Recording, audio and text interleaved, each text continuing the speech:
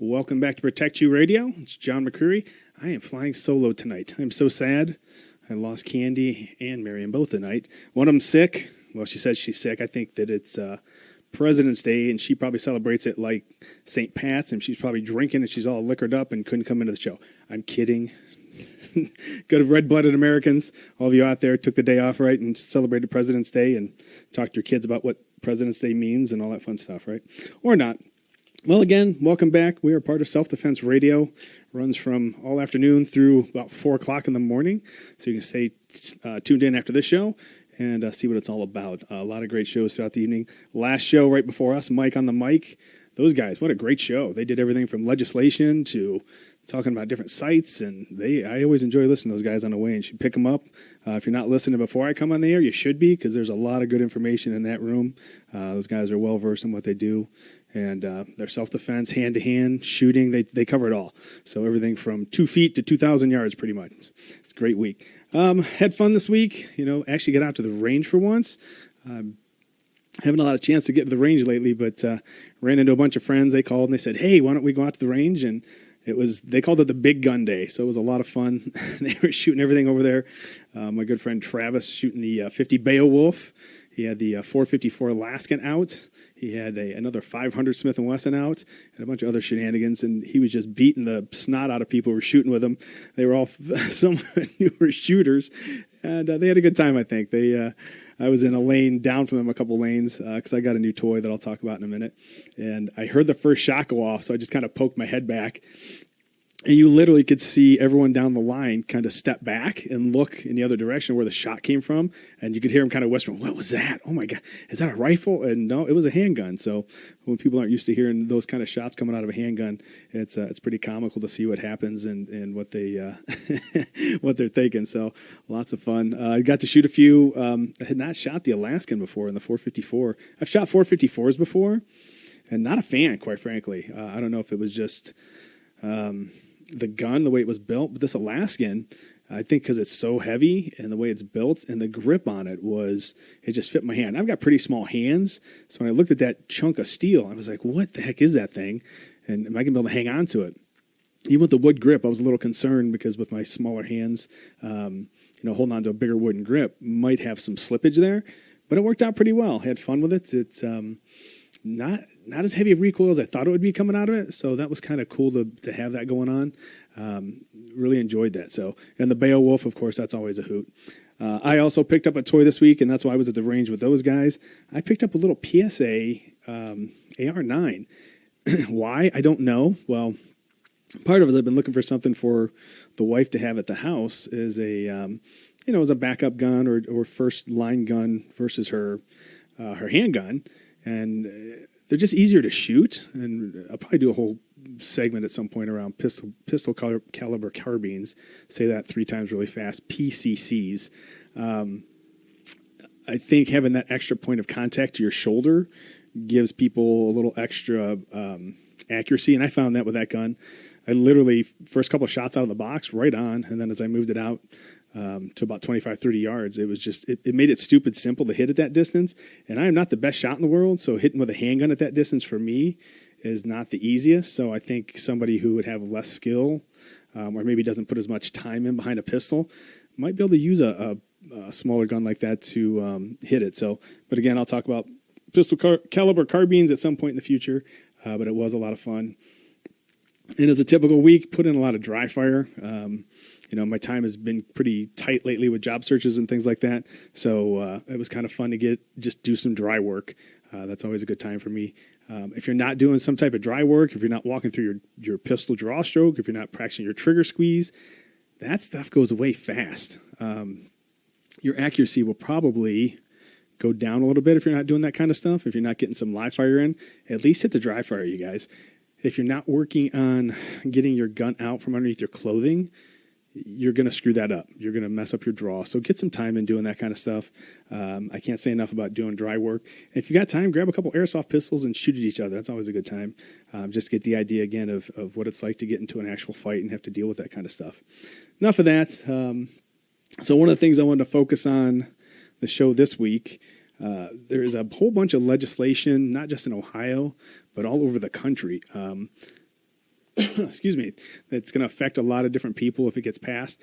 Now, one breaking part, guess what? Virginia actually voted down the law bans that they were looking at. So there was going to be a whole bunch of stuff that was going to pop up that they were getting ready to vote on. They voted, and it got shot down over the issue of banning a lot of the semi-automatic weapons and stuff that Virginia had been taking on.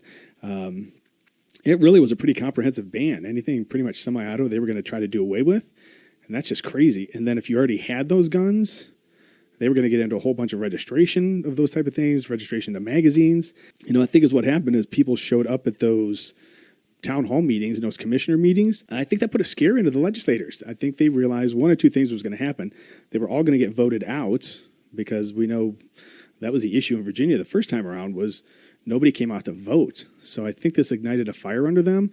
And guys, this is a great example of activism and why you need to come out when your Congress critters and stuff say that they're going to do something. You need to come out and put pressure on them. If not, they think they can act without impunity and not have some type of repercussions for the stuff they do. So this was great to watch. It just made me really sad to see that they all didn't turn out in the first place to take care of it by voting. And they voted right off the bats. And Rob Campbell has talked about this a couple times with me, and when he's been in here, is how many people just did not vote and how many seats didn't even run opposed. You got to get active and get into the ring. I know a lot of people don't like to get into the activism. A lot of people don't like to throw their hat in the ring for positions like that. But we need good people out there running for different offices. If we don't put people who are part of or friendly to our cause, yeah, that's how you lose rights. You got to get in there. And they've still got some stuff out there that needs to be acted upon and voted on. So hopefully they'll get their stuff together and keep running. The reason I'm worried about Virginia is I really believe that is a test case for the rest of the country. Mike Bloomberg put a lot of money into that. And if he, starts running for president, that money is going to be spread to other places where they want to do gun control. Be careful with that kind of stuff, you guys. You got to keep an eye on it. I know I hear, why do I care? They didn't vote in their own state. What do I care? Well, the tactics that are used in other states are things you're going to see used here. And you need to understand those tactics so that you can fight back against those and understand, how do we defeat that if it comes to Ohio? If they start dumping money into this state, which I guarantee they will. I think I saw Bloomberg is dumping a bunch of money into the Super Tuesday states. So, you got to understand that stuff and be able to fight it. So we'll keep running and try to keep that stuff down. So in Ohio, I snagged something off of Buckeye Firearms webpage just a little bit before I came in. They're taking testimony on Ohio House Bill 178, and this is the one that a couple things in this. It's constitutional carry is one of the big pieces out of this that they're going to be taking testimony on. And if you're not familiar with constitutional carry, that basically says anyone who is of age and not a felon, that type of stuff. You don't have to go to get the concealed handgun license. You can carry and do whatever you want. Not do whatever you want, but you can just go ahead and carry if you're old enough, you're smart enough. A lot of states have this already. Is it a big deal? Not really. Most of us are adults. Most of us have been taught to behave ourselves and not be total knuckleheads. So that's, I go back and forth on this one. Some other things that they're talking about in the House Bill 178, things like it'll go beyond just a concealed handgun license. It won't just be a concealed handgun license. I believe they're calling this concealed and other weapons, concealed carry other weapons, things like that. So what that does, it expands what you'd be able to carry under your concealed handgun license, or however they put this in. If it's constitutional carry, they'll expand it out to carry whatever you want kind of type of things. Now, one of the terms I believe they use is restricted weapons. So I'm sure they'll do some stuff where they don't want you carrying full automatics, things like that under concealed carry.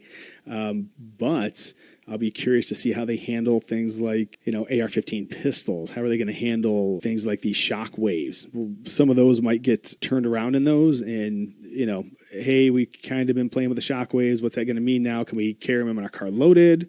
Are we going to be able to, carry them on ourselves? Which I hope somebody can make me a holster for one. I'd love to see that. Or for my AR pistol, it'd be a hoot too. I need a good holster. So yeah, a lot of different things you'll have to look at with other weapons. I guarantee you right now, if they pass this other weapons thing, I'm going to look like freaking Batman. You were going to see stuff on my utility belt that you have not seen the likes of since the 1960s Batman. I'm going to have a Batarang. I'm going to have, some climbing rope. I will have all kinds of stuff that I'll be carrying on me. But this will be nice because, they've been trying to change the knife laws in Ohio to where you're not getting charged for certain things for carrying a knife. So that's one of the big ones I see coming out of this. If we're able to carry a knife more easily and not have a charge slapped on us because we had a knife in our pocket that, didn't have a clip on it or whatever, I think this will go a long way towards that kind of stuff. The constitutional carry thing, another thing they'll have to look at in Ohio is if you do the constitutional carry, what is that going to mean for reciprocity with other states? So a lot of these other states, for you to carry your gun concealed, they want you to have very similar training to what their state requires.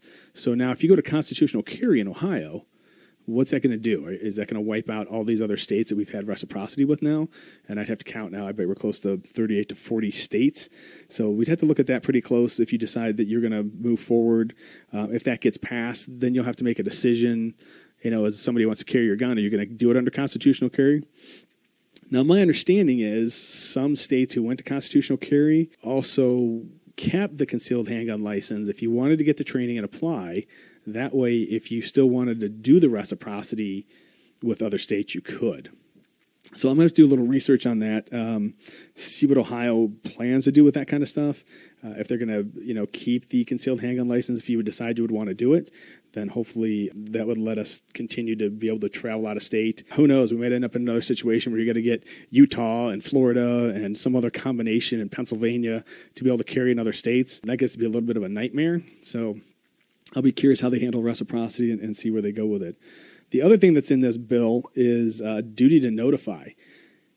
So in Ohio right now, if you're not familiar, when you get pulled over, if you have a concealed handgun license, you have the gun with you, you were supposed to notify the officer. Now, on a side note to that, if you don't have your gun, you don't have to necessarily tell the police officer.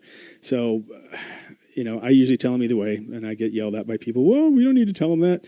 The guy's got a gun, he's got a taser, he might have a dog, he's got backup. If they decide they want to give you a hard time, they very easily could. I just tell them either way, so that's a side note to the whole thing. Now, as far as you actually notifying, if you're not familiar with Ohio, if you have a concealed handgun license and the car is registered to you, as soon as they run that plate, it pops up on their computer that there's a concealed handgun license tied to that license plate. So they already kind of have a notification that there might be a gun in that car. So coming to the window and you having to tell them, within a certain amount of time, fairly quickly, that you have a handgun license, to me, you're just giving them double notification. And listen, I want to make Officer Friendly's job as easy as possible. I know a lot of people are like, John, why are you giving them such a benefit of the doubt? Again, they've got a hard job. I don't want to make their life any more difficult, any more than I would go into a fast food restaurant and hassle the person at the counter because my burger was slow. They didn't get my fries up fast enough, or my chicken nuggets didn't have any sauce with them. I'm not going to give that person any more of a hard time than I am a police officer over something that might cost them their life when they're dealing with somebody who's armed. I understand why they want to be notified, but on the other hand, you're already kind of notified. So, a lot of other states, I think it's 40-some states, don't have a duty to notify. And I'm not hearing about bloodbaths in the street. And listen, a bad guy is probably not going to be the guy that's going to notify anyway. So, when you get looking at that kind of stuff, those of us who've gone through a class and those of us who have, kind of believe that law enforcement are good people and we want to support them are not going to be the ones you're going to have a hard time with. So the whole duty to notify, I don't know, the constitutional carry thing in this is the one I go back and forth on a lot. So, yeah, other states have it, absolutely. And it seems to be working out okay for them. I just see, some people who you don't know what you don't know a lot of times, and you see somebody run around with their sweatpants and they've got a gun tucked in the waistline. If you don't know what you don't know, that waistline, that string in your sweatpants might not hold your gun up. So hopefully you get some of that kind of stuff in a class. And again, we're adults. We learn things. On the other side, if people don't go for training because they're carrying under constitutional carry, I'm a firm believer in thinning the herd. So if you were carrying the the gun in your sweatpants, we might get you out of the gene pool, and that might not necessarily be a bad thing. So, and I do get a lot of grief over this. So like, well, John, you're speaking from the voice of you make money selling classes. Absolutely, I do make money selling classes, and this to me is almost along the lines of the open carry argument. Do I like open carry? I'm not a fan, but it's your right and you do it. If this state goes to constitutional carry, I may not love it, but it's your right, and I will fight for either one of those rights, open carry, constitutional carry, whatever we end up with in this state, I will fight for that because that is the right of the people. So, yeah, there's some balance there, and I would hope that people go out and seek training, and they might not. Most people take the easiest path. That's why I get phone calls all the time about, hey, your class might actually run an hour or two longer than other classes. Why is that? I'll say, we don't always get to the information.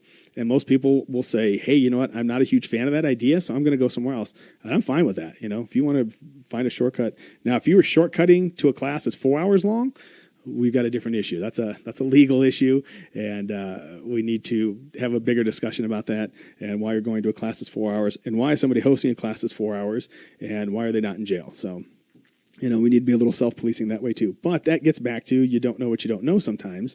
If you don't know that class is supposed to be that long, so this is why constitutional carry, sometimes I go back and forth. Like I said, I will fight for your right if we pass it.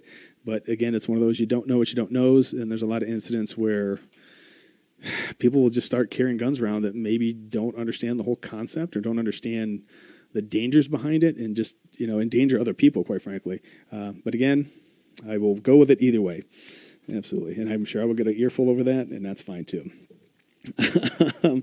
So there's some other legislation out there around, well, let me back up half a second. I forgot. Ohio is actually, not only is House Bill 178 one that they're looking at, there is a hearing, I believe, on Wednesday, and I just heard about it right before I came on the show, and it is over the whole duty to notify. So if you got time and you want to go to Columbus on Wednesday, or at least start shooting off some emails and stuff, this is the day. Today and tomorrow, get that stuff in. So if you don't agree with duty to notify, jump on the phone, jump on the emails.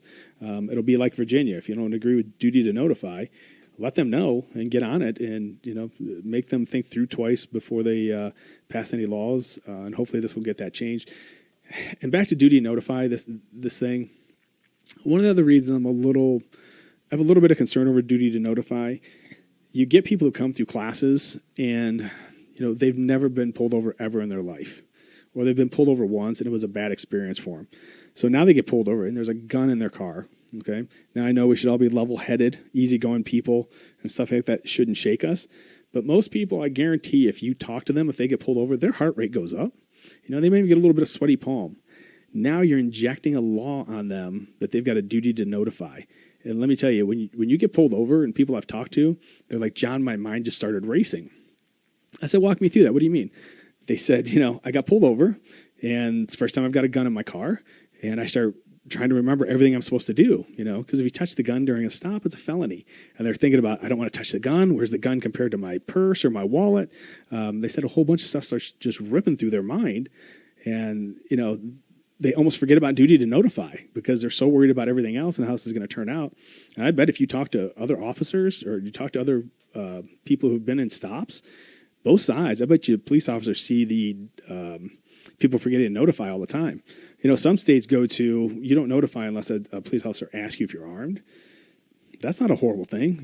Have them ask. But, yeah, for the people who are being pulled over for the first time and they're newer to guns, that's stressful. Hey, I've got a gun here, and Officer Friendly might be a little on edge, and I'm a little on edge. So I think sometimes that's more of a recipe for, somebody maybe getting pulled out of their car because they forgot to notify, just because their brain locks up. And I know we're all perfect human beings, and none of us would ever lock up because we're gun gurus and superheroes and all that good stuff. But that's life. Sometimes, the soccer mom who's got the kids in the car screaming at her, because she got pulled over, and they're all laughing. They're now on their phones, and they're taking video of mom getting pulled over. That injects a little stress, and, they might forget to notify. So I'd like to see it go away, but I understand why police officers might want it. So we'll see what happens. But if you don't agree with it, get in again. Call your legislators, call the or email. Most of those folks have an email button right on their websites for the House and stuff. So jump on and find out what you can do. I mean, it's not hard. It'll take you 5 minutes tops. And I'll bet if you look at Buckeye Firearms or Ohioans for Concealed Carry, I'll bet they even have a pre-thing that you could fill out and hit submit, and it'll go through. So give that some thought, think it through, and think about what you think about it, and then act on it. Some other places around the country that are having some legislative, I don't want to say issues, but some things they're weighing that might, come to this state at some point if we're not watching it and we're not diligent about what's going on. So Vermont, they've got some red flag legislation coming on. I think this is their House Bill 610. They are trying to make it easier for family members to initiate red flag complaints. So if you're not familiar with red flag laws, these basically say, if I want to report you in my family and I want to report you because you have a gun and I'm afraid you might do something bad, that's kind of a red flag law. You make a quick accusation, then police are knocking on your door and a gun is taken out of the house. So some people look at that and they go, well, that's a great idea. So now people will be safe. Well, the problem becomes, and I agree, that, somebody in your household is going to know better if you are not capable of having a gun or if you might be having some mental issues or just age. There might be some things where, hey, our parents' age, we take away car keys, why not take away guns? And I know that's going to be a little controversial sometimes. The flip side of this is I have seen some dysfunctional families, and I see people in divorces who will go out of their way to do some nasty things to each other. It would not be that hard for somebody going through something like that to just make a quick phone call and be like, hey, there's guns in that house. I am terrified that gun is going to use it in an improper way. And without any type of due process, you've got people showing up at your door and knocking on the door and taking a gun away. Again, that's a tough one. At what point do you want guns taken out of people's hands? I don't want it done until there is some type of due process or some type of evidence that there's a legit threat. And I know people are going to say, but John, they could have killed somebody before you make that decision. There's no easy answer on this. I wish it was black and white, but there's always a lot of gray on these type of things. Again, why do I care what's going on in Vermont? Because Ohio has looked at this. Ohio kind of started to kick us around. DeWine started kicking us around last year as part of his big gun bill. Right after the shootings in Dayton, everyone was kind of knee-jerk reaction to, hey, it happened in Dayton and there was a big shooting, so we should be looking at red flag laws. And luckily, everyone pushed back on that, and they've come up with a different issue or a different way to look at it. People are crazy. We get people in this country shooting each other over the last Eggo waffle. So it's pretty easy to abuse a red flag law in a family setting. You got a lot of people angry at each other, and you got people killing each other around the holidays inside of families all the time. Understandable. No, I'm kidding. I don't agree, but I understand. Absolutely not. Don't kill your relatives at the holiday. Another place, Connecticut. So Connecticut's taken a little bit different spin to this. Instead of just outright banning stuff, they're throwing a 35% tax on ammo, which doesn't seem like a huge amount. But if you order a lot of ammo and you actually do what you're supposed to do and you're out there training, 35% on ammo, that's a chunk. So I don't know that's, it's a strange way to legislate and a strange way to maybe possibly put a ban on some people. But I will say that an ammo tax is going to cause your constituents to be less safe because people are not going to practice as much just due to the cost of ammo. Ammo can get expensive depending on what you're shooting. So this is a great way for people to, in the legislature, quickly squash some people who might not be able to afford an extra 35% on any type of ammo purchase. So, something to kick around. Oregon, out west where it should be free and buffaloes and all that good stuff. They're having a mandatory lockup of firearms. They're looking at this as part of some of the laws that they're going to pass. I know that sounds really good on the surface, but their law basically says what they're trying to do is if you don't have your gun on you directly, then it must be locked. So if you're in your house, you decide not to carry your gun with you, I now have to lock that gun up. Which I don't know about you guys, most of these safes are not that quick to get to, and most of them aren't that quick to get open. I know they've come a long way with the biometrics and stuff like that, but how many seconds did that cost you during a home invasion? Now, most of us are not living lives where we've got people kicking on our doors and there's home invasions, but those people who do, so how did you cost them, endangering their family by slowing them down, getting access to their firearm? So something to kick around, if they start looking at stuff like that. And not only did they say you either have to lock it up or you have to put a trigger lock on it. So one of those two ways, either locked up or a trigger lock. And trigger locks, most of them are not the quickest way to access a firearm. I literally have one trigger lock that is really old school that takes you 21 turns of the little mechanism before it opens. It's like a little screw in there.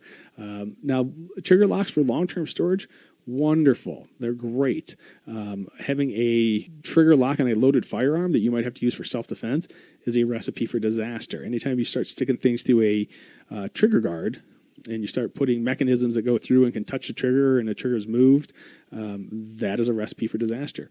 I guarantee there have been people who've done this thinking they want the gun loaded and I get the trigger guard off and I'll be able to shoot quickly. I'm going to do some research, but I bet you there are some people who've shot themselves or actually, now I'm thinking about it, I need to go back and look up this story.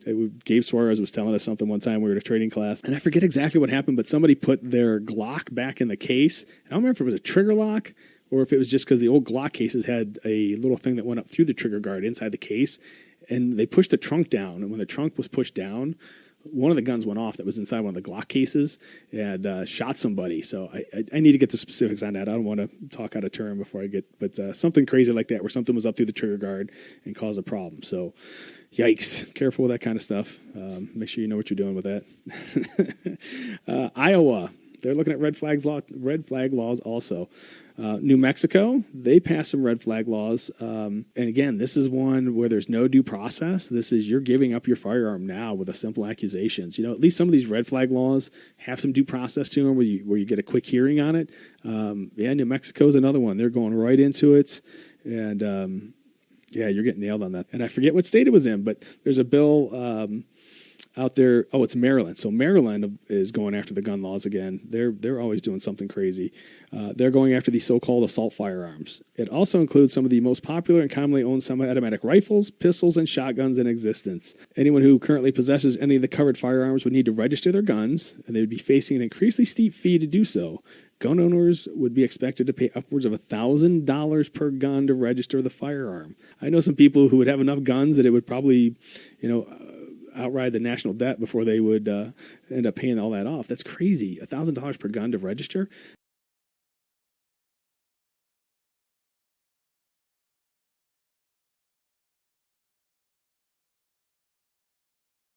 Well, I was going to have a President's Day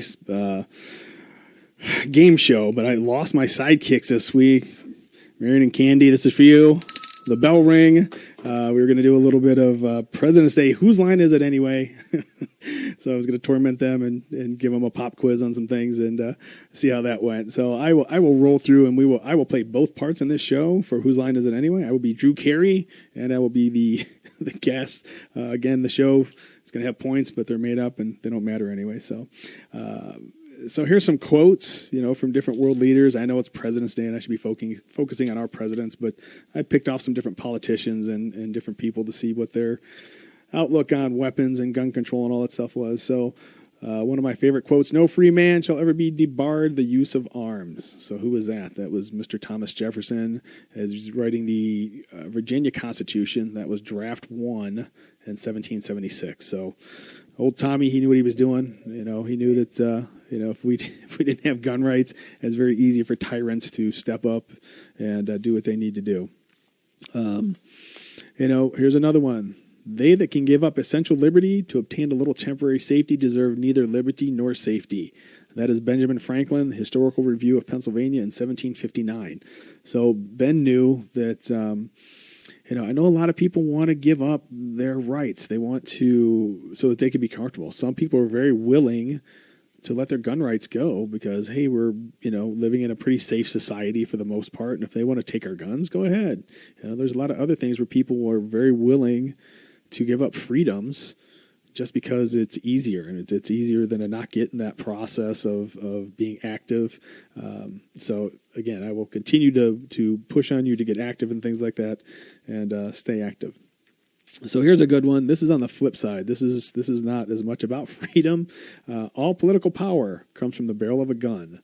The Communist Party must command all the guns. That way no guns can ever be used to command the party. Wow. So there's somebody who absolutely wants you to be a subject. And you guess who that was? That would be Mao Zedong. Yep, the Communist Party chairman who oversaw the murder of 30 million Chinese during China's Great Leap Forward. Yeah, so that kind of gives you an idea of leaders who, there's a reason people don't like guns. There's a reason people agree for gun control. I know they say, do it for the children. We want the children to be safe. And absolutely, you guys, don't take that as John being glib and doesn't think that children should not be safe. I absolutely think kids need to be safe. We need to take care of our kids. But most of the time, people are not doing these type of things for the children. They're doing it because it's easier for them to pass laws and to do things if you can't push back. So just my take. It's an opinion. I'm full of opinion. Here's another one. If the opposition citizens disarm, well and good. If it refuses to disarm, we shall disarm it ourselves. That would be our friend Uncle Joe Stalin. So, as we all know, Joe was not exactly friendly to the citizens, and by disarming them, he put a bunch of them down also. So, I'm getting a theme here. This is crazy. I don't know. I don't understand. Here's another one. The most foolish mistake we could possibly make would be to allow the subject races to possess arms. History shows that all conquerors who have allowed their subject races to carry arms have prepared their own downfall by doing so. Indeed, I would go so far as to say that the supply of arms to the underdogs will definitely mean for an overthrow of any sovereignty. So whose sovereignty was that? That would be Mr. Adolf Hitler. Anyone, again, catching a theme here? Yeah, he used disarmament to take people and put them on trains and do horrible things to them. And again, it goes hand in hand with disarmament is people tend to not be safe. So this one goes way back, and I'll throw a date at you here in a second. The people of various provinces are strictly forbidden to have in their possession any swords, short swords, bows, spears, firearms, or other types of arms. The possession of unnecessary implements makes difficult the collection of taxes and dues and tends to foment uprisings. Boy, that sure sounds like somebody wants you to be a serf, doesn't it? That would be Hideyoshi, who was the dictator of Japan in 1588. So this has been going on a long time. Do we not learn from history? All these people who disarm people were real quick to, abuse their citizens. And I'm guessing in 1588, from what I've seen of history, if you were a peasant, you didn't have a whole heck of a lot of rights, and it was very easy for them to kill you if they so chose at any moment. So I don't want to be that person. I don't want to be pushed into whatever some government official thinks I should be pushed into without being able to put up a fight. But that's just me. I'm kind of stubborn. Here's another one. This comes from one of our senators. Banning guns addresses a fundamental right of all Americans to feel safe. Thank you, Senator Feinstein. I don't know about you guys, but I think I just touched on it. I don't feel safe. And again, please don't take this as John's paranoid. He thinks he's going to die every day. No, John wants to have the ability to defend himself if he needs to have the ability to make his family safe if he needs to. So again, I try not to be that paranoid guy, but yeah, sometimes you have to think through this. Here's another one. If the personal freedoms guaranteed by the Constitution inhibit the government's ability to govern the people, we should look to limit those guarantees. What in the heck? That's why we have a Constitution. Thank you, President Clinton. That was one of your famous ones. So, yeah. And I'm also seeing a thing. I'm not seeing a lot of Republicans step up and say that we should be taking guns away. Here's a good one. A man with a gun is a citizen. A man without a gun is a subject. We've kind of talked about that. That is Rep. Allen West. So here's a good one. A man's rights rest in three boxes: the ballot box, the jury box, and the cartridge box. That would be Frederick Douglass, the famed civil rights leader in 1867. The Second Amendment was written so you can go hunt. Sorry, the Second Amendment was not written so you can go hunting. It was created to force to a balance of a tyrannical force. That's Senator Tom Coburn from Oklahoma. And this one has a lot to do with freedom. This isn't necessarily guns related, and this was actually a Democrat. In my own native state of Massachusetts, the battle for American freedom was begun by the thousands of farmers and tradesmen who made up the Minutemen citizens, who were ready to defend their liberty at a moment's notice. Today we need a nation of Minutemen, citizens who are not only prepared to take up arms, but citizens who regard the preservation of freedom as a basic purpose of their daily life and are willing to consciously work and sacrifice for that freedom. The cause of liberty, the cause of America, cannot succeed with any lesser effort. So we had a quick transition from a musical interlude from Justin Moore and his song Guns, and you'll hear me go into a little pontificating about what it was like to grow up around guns and spend time with your family out in the woods. Pretty typical. We started out maybe with our grandfathers or our fathers or our brothers. I love that song. It's the same thing. I started out with a 410 and kind of moved on from there. And I am so grateful for every moment I got to spend with my dad in the field. My father passed away at a fairly young age, and some of my best memories with him are being out in the field with that little 410 and just kind of hanging out together. Whether we actually saw anything or shot anything that day didn't really matter. We got to spend time together. So I think we're losing that in this country a little bit. Anyways, enough of my pontificating. I was going to get into a comparison between the SIG 365 and the Smith & Wesson Shield because both of my co-workers here, my co-hosts, have both moved from the Smith & Wesson Shield to the SIG 365. So we were going to do some comparisons and talk through some of that. So we'll talk about kind of the specs this week, and maybe I'll get them to talk a little bit more why they switched and what it meant for them to switch. So when we're looking at the SIG lengthwise, we're looking at a 5.82 inch versus the Shield, which is 6.25 inches.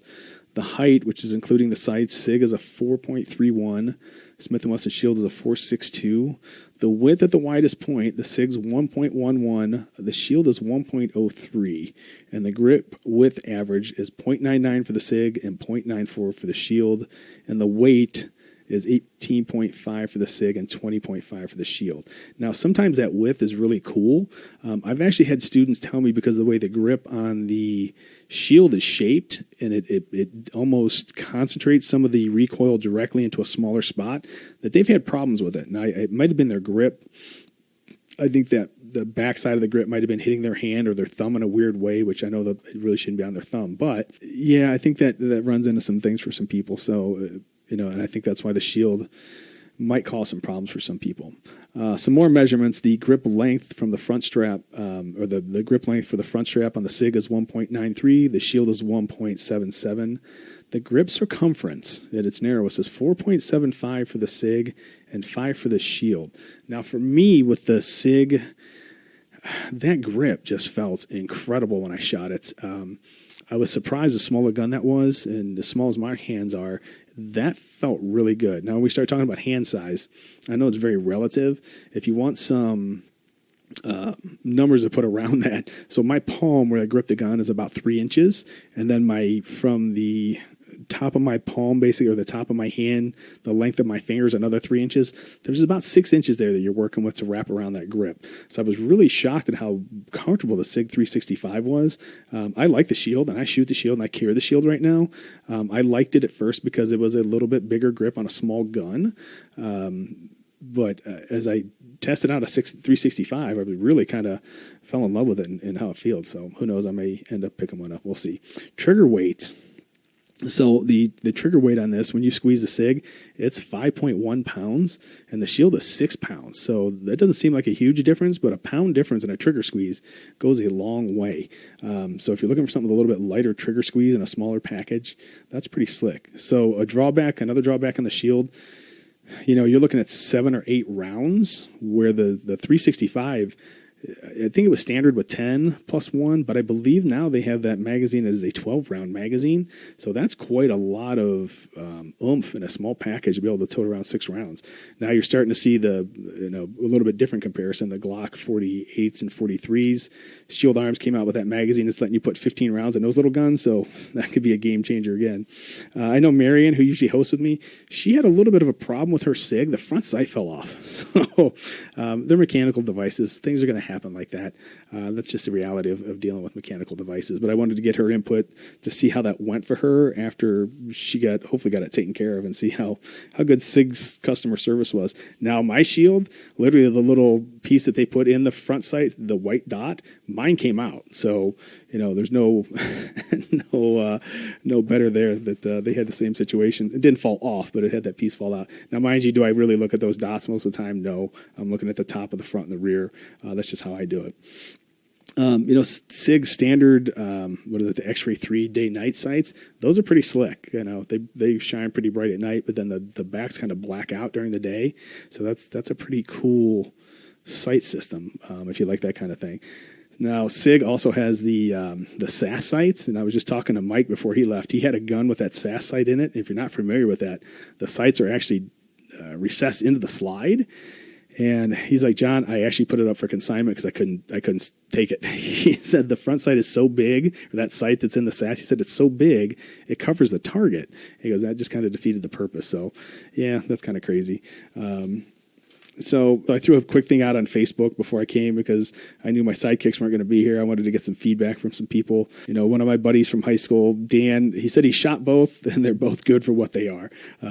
So that's interesting. Bryce Wilcox, who is one of my people I go to when I've got some questions on guns. He works in a store. He's ex-military and just shoots a lot. He says he prefers a 365 over the Shield, but he loves the Shield 45. So he's the second person I've heard that from who said the Shield 45 trigger is much better than the 9mm, and I have not experienced the 45, so I don't really know. Rob, who you guys know well in here, he said the 365 is much better. It's very tall in my hand, and all the 9mm shields I bought are very rough triggers. He said the 365 is comfortable and dependable and very robust. Amy Rohrbaugh, who's the head of the state Women in the Outdoors, she said that she had one and didn't care for it. It was too heavy and hard to squeeze a trigger. Ray O'Brien, another friend of mine who I haven't seen in a while, but he said SIG has a better trigger than the Smith. Only Smith that I like is the EZ, and he bought the EZ for students with weak arthritic hands, and it lives up to the name as the EZ, so there's a whole other thing. Another gentleman I know is Ike, who from Warrior Talk and Swires International. I said they're both great guns. They will fit and work for different people. The Shield I've had, it first came out, I like it a lot and trust it 100%. He shoots that thing a lot. I see his targets about every other week on Facebook, and he's doing a lot of cool stuff with that and really putting in the time. And then he likes the 365 XL. Bob Herp, who's another friend of mine, he likes both, but the SIG is heavier. And a former person I worked with at Swires International, Jack Rumbaugh, he says my Glocks. So there you have it. Wide variety of different things from different people. That makes me laugh. And Brian Sheets just popped up. I love my friend Brian. Most of the schools we work with have staff shooting the Shield, and the 365 wasn't out yet, but he's had people coming through with them. So, all right, guys, I'm out of time for the week. Thanks for tuning in, and we will catch you next week. Take care, and God bless.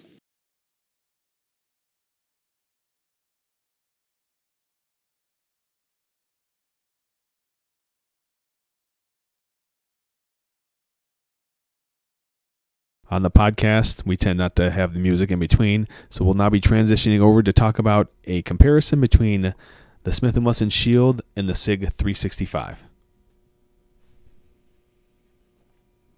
So we had a quick transition from a musical interlude from Justin Moore and his song Guns, and you'll hear me go into a little pontificating about what it was like to grow up around guns and spend time with your family out in the woods.